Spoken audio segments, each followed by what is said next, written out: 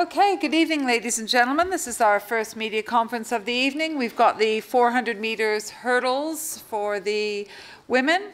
In our gold position, we have Kori CARTER from the USA. Our silver medalist is Dalilah Mohammed from the USA. And our bronze medalist is Rsitananna TRACEY from Jamaica. Okay, I will be opening the floor to questions. We have 2 microphones. Could you please raise your hand and ask the questions with the mic, please? Just at the front here.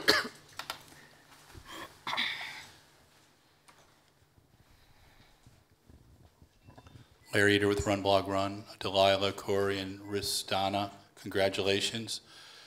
Could you tell us how your races went? Just kind of run us through what was going through your head and how you felt near the finish. Do you want to go first, Kori? Okay, sure. Going in lane 9, I knew I had to go out hard because I was running blind and I had some amazing athletes chasing me. The plan was to go 15 through 6. I only made 2.5, but I just sort of told myself, gut it out and just do what you had to do to get the W. Coming off of hurdle 10, I saw Dalilah at the corner of my eye and I just told myself to gut it out and just race that finish line. Wasn't a perfect race, but did what I had to do, and I'm really happy about it. Dalilah? Yeah, I think I just, I'm the type of runner, I like to run it from in front. So getting the lane 4 wasn't my personal preference, but going into the race, I knew I just had to kind of do what I've been taught all year. And I think I pretty much did that. I think coming off hurdle 8, I felt me and Kori were about, together, and at that point I'm just like, you gotta go, and off 10, I just didn't have as much as I would have liked coming home, but I felt like I did as much as I could. And Rsitananna? I must say that I put a great race together.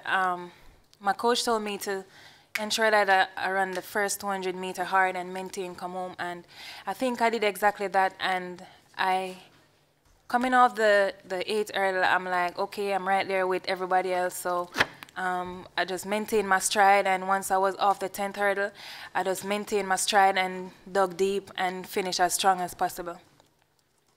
Okay. Is there another question? Please, Larry. Dalilah, around Lausanne, you had some injury issues. Was it jet lag, or was there some muscle issues in that first race? And can you kind of tell us how you were able to come back? Yeah, this year I've been dealing with a hamstring injury, so I kept kind of tearing my hamstring. I believe it was Lausanne, I pulled up. It just didn't feel right, so, I went home, got an MRI, and, found out it was a small tear, but I just went, healing it, resting it, and just trying to get ready for the Worlds. Are there any other questions? Larry, go ahead. Kori, so you've had some challenges over the last couple of years, and you really have come around this year. What's different about this year? I made a lot of sacrifices and changes this year.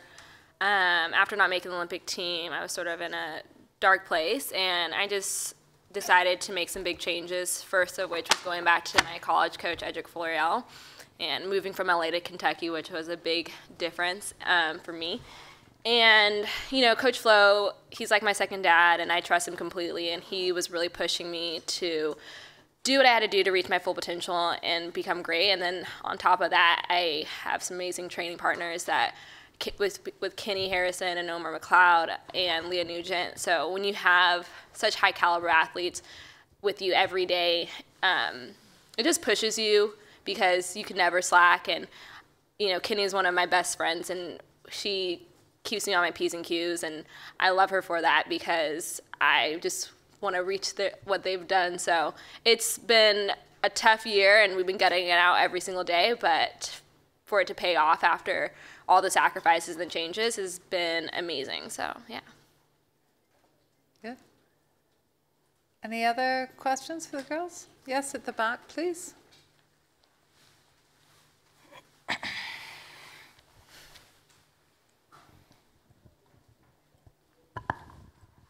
Hi, Kori. You say you got some tough congratulations, first of all. Thank Sorry. you. Sorry. You say you got some tough training partners. Yeah. But you say that they push you. In what way do they say, well, we're not going to be your friend if you don't win medals and things like that? I mean, a little bit. Take us through it. Yeah. I mean, so Kenny and I have become really close friends. We sort of spend every day together. And Kenny's extremely competitive. So if we're doing abs, she always has to do an extra set. And so then I'm doing an extra set. Or, you know, if we don't want to get the ice bath, one of us is like, you know, you can't cut corners. And, you know, we just sort of are always battling against each other, which is great. And we're sort of, I always say we're two sides of a different coin. I'm a little bit more outgoing and she's a little bit more reserved, but we have sort of the same work ethic, and her grind matches my grind. So, and then when you add Omar into the mix and Lee into the mix, it just is a sort of what's the right word? It's sort of an atmosphere of greatness, and you just know you have to bring it every day because everyone's holding themselves to the highest standards. So it's great to have friends who are always as positive and pushing you to the next level. Any other questions, please? Do you want one more? Sure. Just, Mike will be here in a second.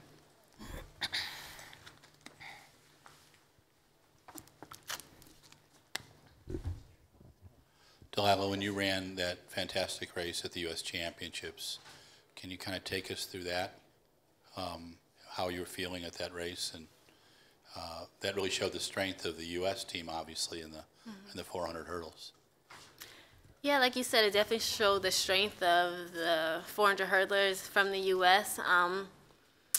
You know, sometimes when you're in a race, everything just clicks, and that's what that race was for me. Just everything clicking and just going for it. When you want so much to make it to Worlds coming out the U.S., you have to give it your all, and you have to be like almost perfect that day. You know, you have one chance to do it. And I think when you're under that type of pressure and when your desire is also just as high, sometimes you get lucky and everything kind of just clicks, and that's kind of what it was for me, just, you know, running hard and being able to bring it home. There's one more question at the back, please. Judith, the gentleman in the back row. Got her working. Yeah.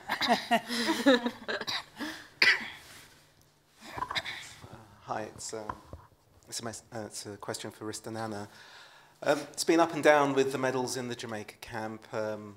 Gold for Omar, bronze for you. What's the mood like? Because usually it's gold, gold, gold. I mean, I think this is a great experience for me, and I think this will only send some positive energy in the camp. Was it been really downbeat? Has it been really? Sorry? Has it been really negative in the camp? Has it been really unhappy or downbeat? Oh no, this is track and field, and anything can happen. So I just think this will boost their energy to go out there and do their best, because anything can happen. Right. Any more questions, ladies?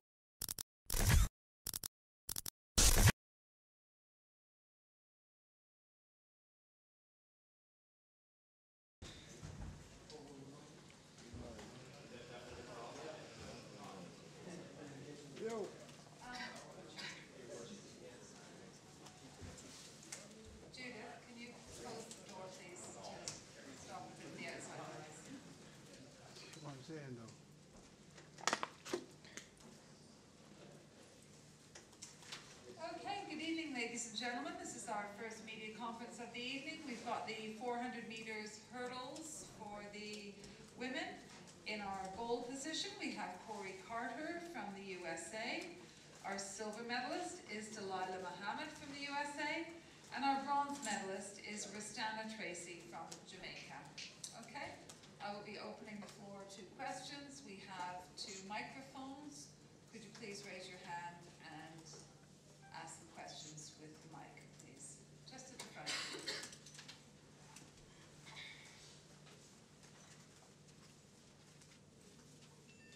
Larry Eater with Run Blog Run. Dalilah, Kori, and Rsitananna,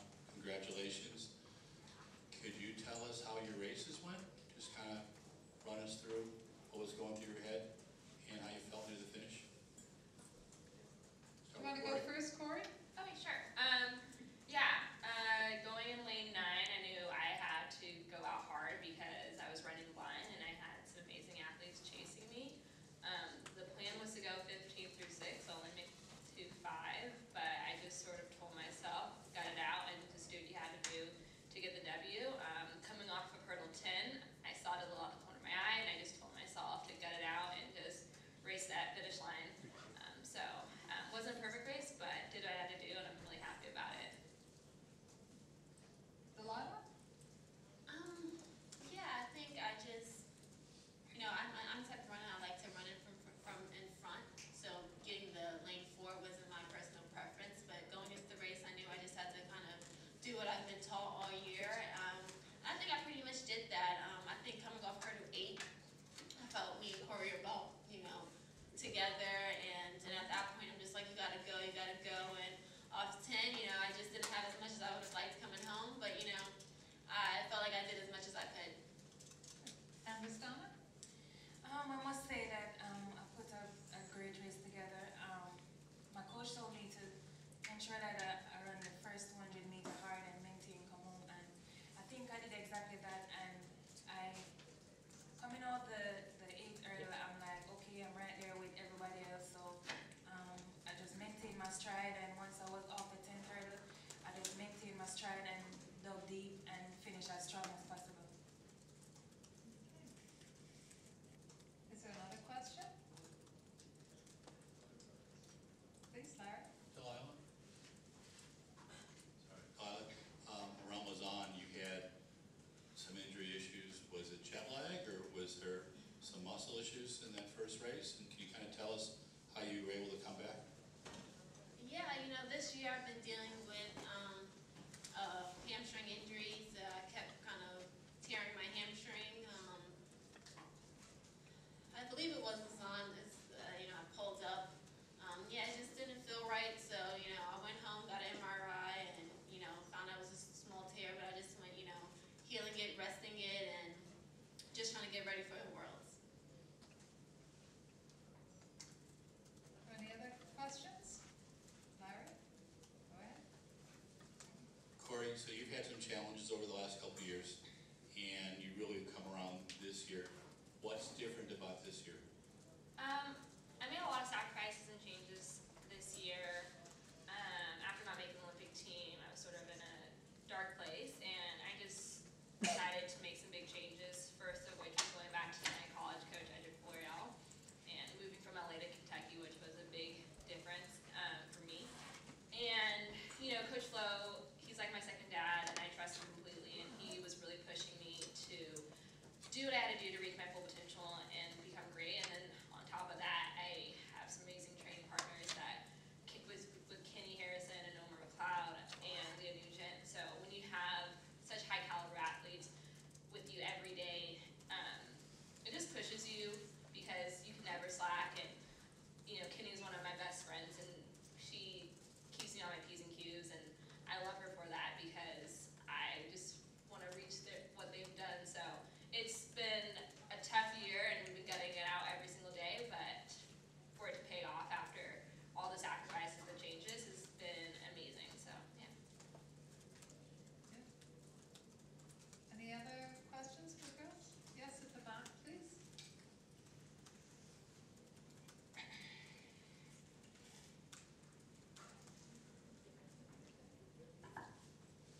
Hi, Kori, you say you've got some tough training. Congratulations, first of all. Thank you. Sorry. You say you've got some tough training partners. Yeah. But you say they push you.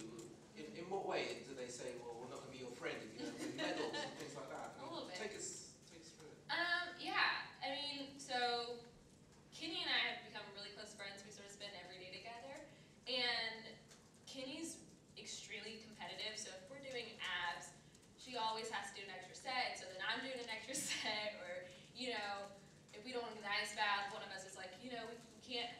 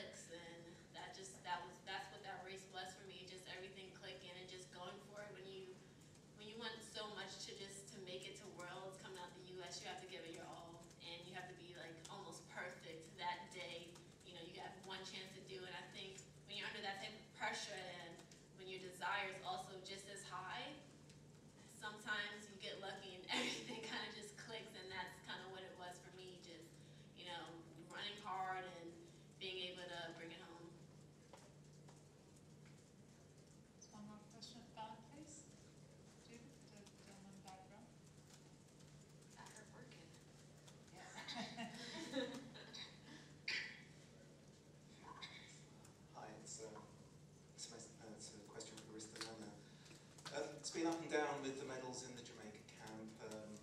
Gold for Omar, bronze for you. What's the mood like?